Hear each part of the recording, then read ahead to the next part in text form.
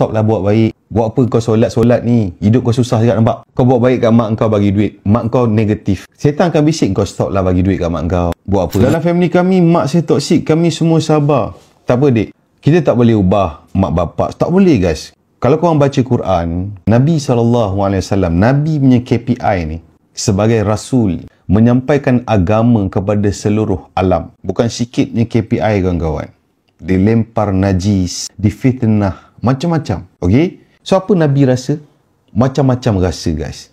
Sehinggalah datang Jibril bawa ayat Quran apa? Wahai Muhammad, kamu hanya penyampai, bukan penjaga. Style tak? So, Nabi SAW faham. Nabi punya tugas deliver sahaja. So, katakanlah kau ada mak kau yang toksik. Tak mustahil. Sebab mak, dia bukan malaikat. Mak adalah manusia biasa, betul? Okey? So, kalau kata mak bapak kita negatif, boleh jadi sebab dia orang adalah manusia. So, apa kita boleh buat? Pertama, kau kena doa.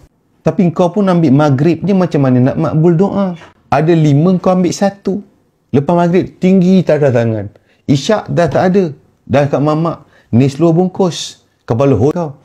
Faham? So, kau kena sungguh-sungguh bangun malam, menangis-nangis doa. Ya Allah, hanya Engkau mampu membolak-balikkan hati manusia. Kau berikanlah hidayah dan petunjuk kepada mak aku, kepada bapa aku, sekian. Kau menangis bersungguh-sungguh, minta kepada Allah Azza wa Jalla.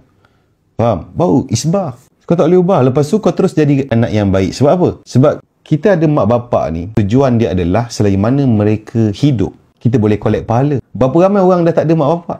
Ramai orang dah tak ada mak bapak. Dah tak ada peluang untuk buat baik. Kau masih ada mak bapak, negatif macam mana pun dia, kalau kau buat baik kat dia, kau dapat pahala. Sebab tujuan kau buat baik bukan untuk dia orang, tapi untuk mengharapkan redha Allah Azza wa Jalla. Jadi kau takkan frust. Kau tak mengharapkan dia punya balasan. Kau tahu di sisi kau akan ada sentiasa malaikat catat apa kau buat. Kau faham?